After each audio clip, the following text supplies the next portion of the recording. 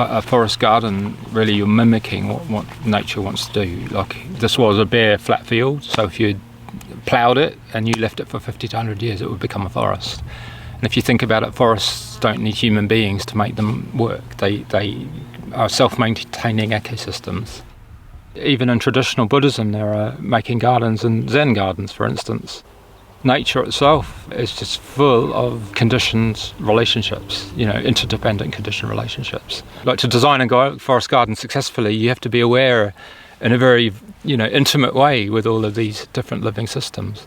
So I feel it's a practice. It's a practice of sort of where environmentalism meets Buddhism, I suppose. I think when we connect with beauty and, plants and animals and other beings, I think our lives are so much richer. I think you protect what you love, basically. And for me, it's important to create conditions whereby people can come and experience the beauty of just being in nature, and that will inform their practice. Rather than growing our food as annual plants, we're using perennial trees and shrubs on a multi-layer system. And by doing that, we get a much higher yield because we're getting yield over a whole range of height. Very little work involved because all the inputs are in the system itself, and nature is actually doing all the work for you. Next to the ferns, it's the oldest type of... A garden like this probably takes about a couple of weeks a year to maintain, which is 3 acres, so that's not bad. So what comfrey does is it recycles potassium, and so you put it around your fruit trees, and that's sort of doing a job for you, and just keep knocking it back from time to time, and then it's doing the fertilising. So we've got various different plants which pull up different minerals. The critical thing is your planting distances. Because it's a multi-layer system, you need to have enough light coming to the lower layers of plants so that they also produce a yield and don't get suffocated by the plants above.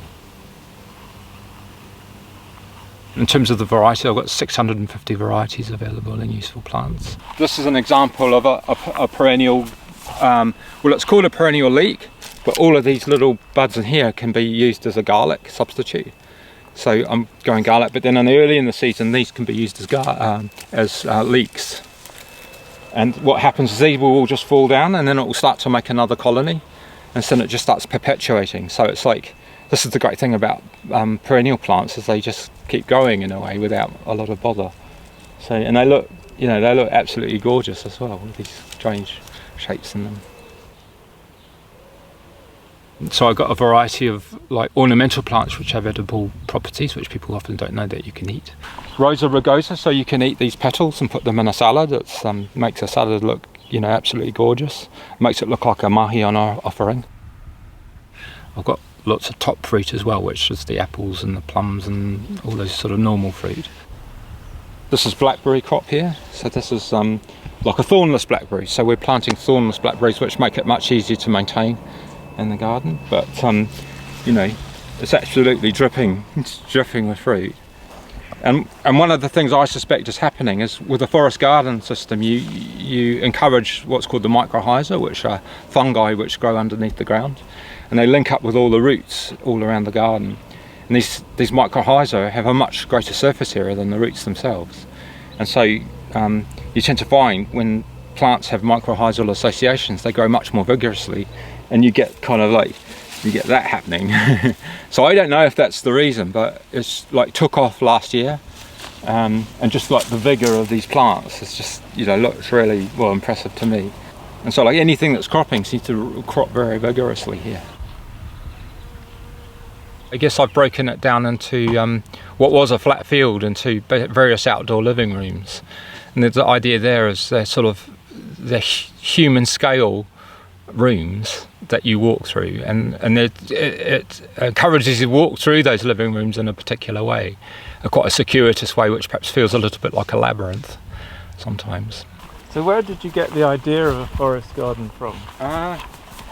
It was talked about quite a bit in Buddhafield when I first came back from Spain in 2001, and I guess the idea kind of stuck around with me a bit. And then when I was quite unwell about 8 years ago, and I started to research.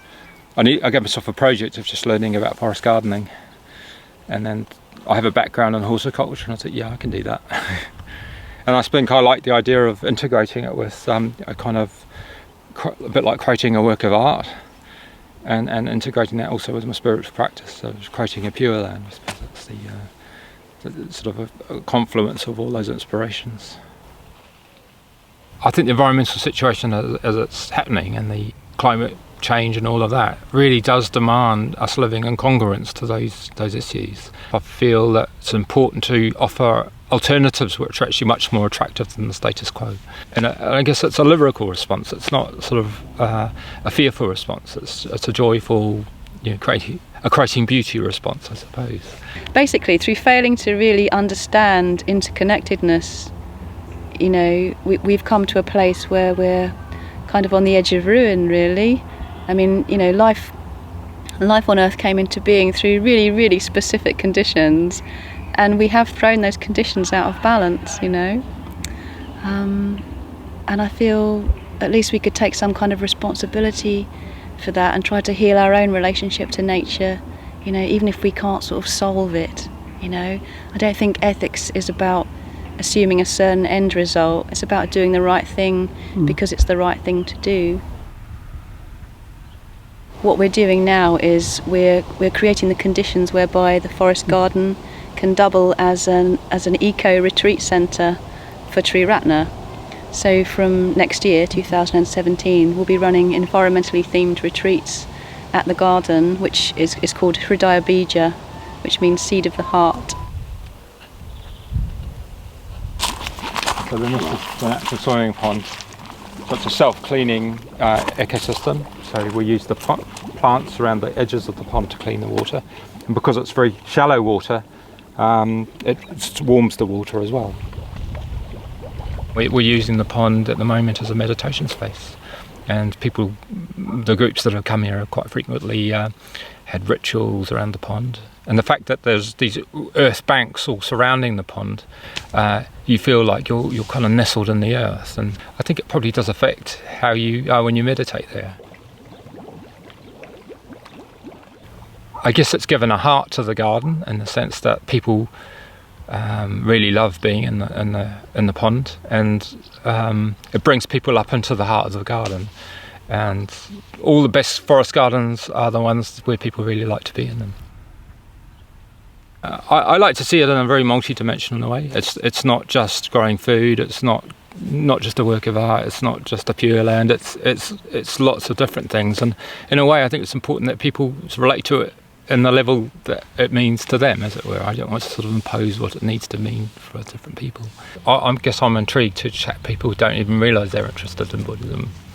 I think we all want to live ethically at the end of the day. I think we don't want to have to regret, regret our actions, I think we want to sort of walk in beauty, and I like to think that Hridayabija will offer people sort of tools for personal transformation, and we'd like to learn from other people too. We haven't got all the answers by any means. It's like a sort of mutual exploration, a sort of an ongoing conversation.